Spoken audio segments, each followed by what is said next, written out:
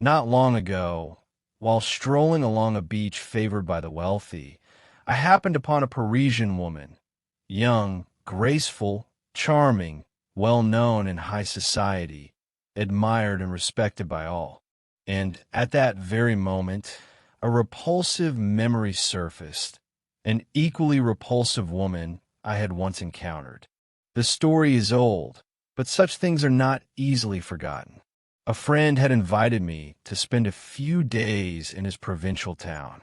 Eager to show me everything he took pride in, he led me through the surroundings, urging me to admire the celebrated landscapes, inspect castles, workshops, ruins, monuments, churches, ancient carved doors, and trees of unusual shapes and sizes.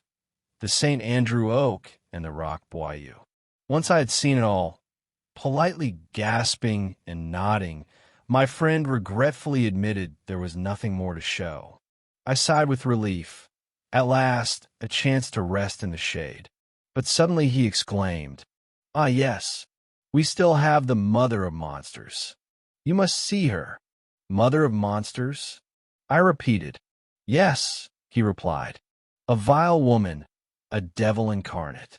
Every year, she deliberately gives birth to deformed children, hideous, grotesque, terrifying, and sells them to freak show owners. These shady dealers visit her regularly to see if a new specimen has arrived, and if it suits their needs, they take it and pay her a pension.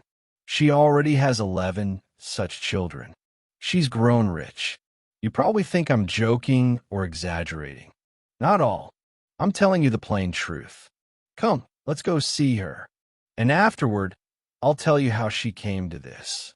We headed toward the outskirts of town. She lived in a neat little house by the roadside.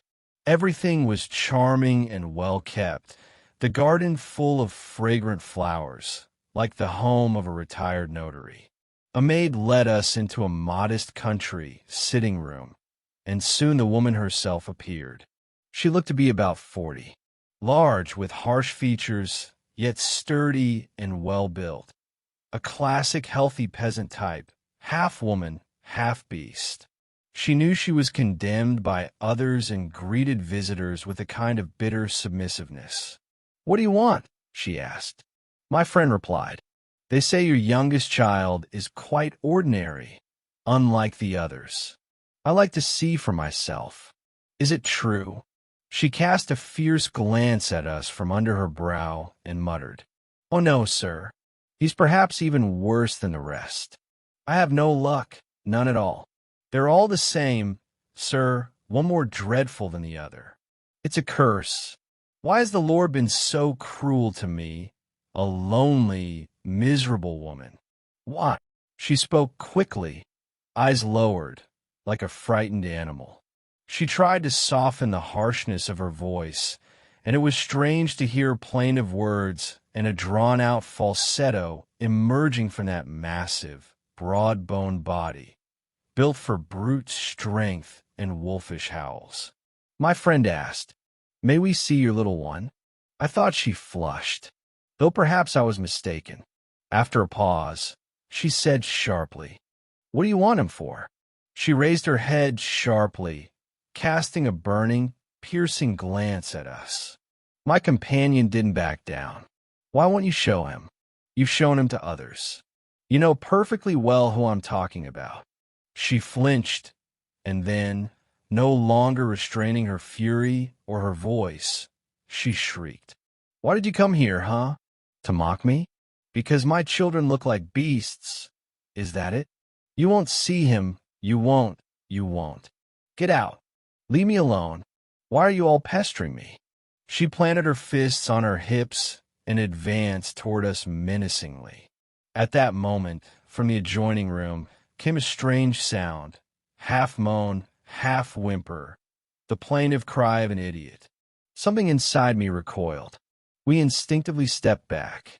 My friend said sternly, "Watch yourself, devil woman. That's what they call her around here. One day you'll pay for this." She trembled with rage, waving her fists, and, losing all control, screamed, "Get out! What should I pay for, huh?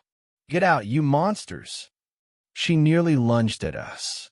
We hurried away, heavy-hearted. Once outside the gate, my companion asked, "Well, you saw her." Impressed. I replied, "Now tell me what you know about her." And he did, as we walked slowly along the pale, dusty road, between ripe fields rippling gently under the breeze like a calm sea. She had once been a farmhand, hard-working, quiet, frugal. No one ever saw her with a lover or noticed any weakness. She sinned, as many do, one harvest evening, among the cut sheaves, beneath a stormy sky, when the air hangs heavy and hot like the breath of a furnace, and the sunburnt bodies of boys and girls glisten with sweat. Soon she realized she was pregnant. Shame and fear tormented her. Determined to hide her condition at any cost, she devised a cruel corset made of wooden slats and rope, which she tightened around her belly. The more the child grew, the tighter she bound herself, enduring unbearable pain but never showing it, always smiling, moving briskly, pretending nothing was wrong. She crushed the tiny creature inside her, deforming it, turning it into a monster. Its skull was flattened, elongated, and pointed. Two enormous eyes bulged from its forehead. Its limbs, pressed against its body, grew long and twisted like grapevines, and its fingers resembled spider legs. Its torso remained tiny and round like a walnut. She gave birth in spring, right in the field. When the weeders rushed to help and saw the creature emerging from her womb, they screamed and fled. Rumors spread that she had given birth to the devil himself. That's how she earned the name Devil Woman. She was dismissed from her job. She lived on charity, and perhaps on secret affairs, for she was a striking woman, and not every man fears hell.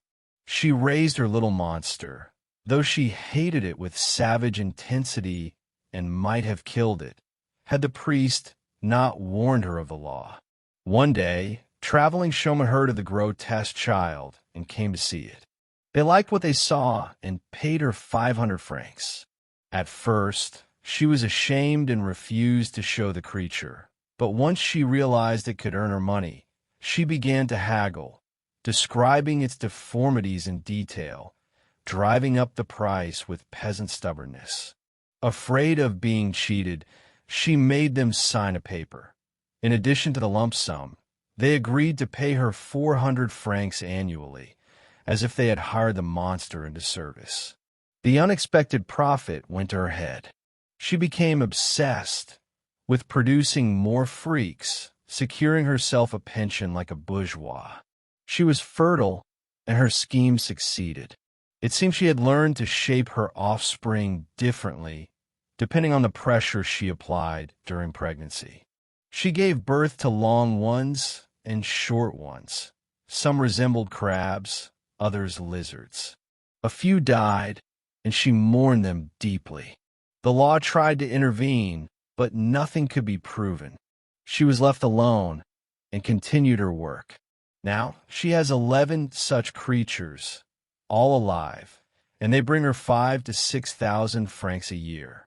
One remains unsold, the very one she refused to show us. But he won't stay long. The showmen know her well and visit regularly to see if anything new. At times, she even holds auctions when a specimen turns out particularly remarkable. My companion fell silent. I was seized by revulsion. Rage boiled in my chest. Bitterly, I thought how I'd missed my chance, how I hadn't strangled that creature when she was within reach. I asked, "Who's the father?"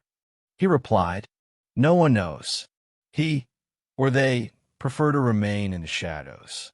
There's a kind of shame in them. Perhaps she shares the profits." That episode had long faded from memory. But just recently, on a fashionable beach, I saw a woman, graceful, flirtatious, dazzlingly beautiful, surrounded by a crowd of respectful admirers. I was walking along the shore with a friend, a doctor at the resort. 10 minutes later, I noticed a nanny with 3 children playing in the sand. Tiny crutches lay scattered on the ground. I felt a pang deep inside. Looking closer, I saw that all 3 children were deformed, hunchbacked, twisted, grotesquely misshapen. The doctor said quietly, "Those are the offspring of the lovely lady you just admired." My heart clenched with pity for her and for her children. I exclaimed, "Poor mother! How can she still laugh?" My friend shook his head. "Don't pity her, my dear. Pity those unfortunate little ones. This is what comes of trying to preserve a slender waist until the final day of pregnancy. These deformities are the work of a corset." She knows full well the risks of such vanity, but she doesn't care, as long as she remains beautiful and adored. And suddenly I remembered another woman, the peasant devil woman, the one who sold her monsters.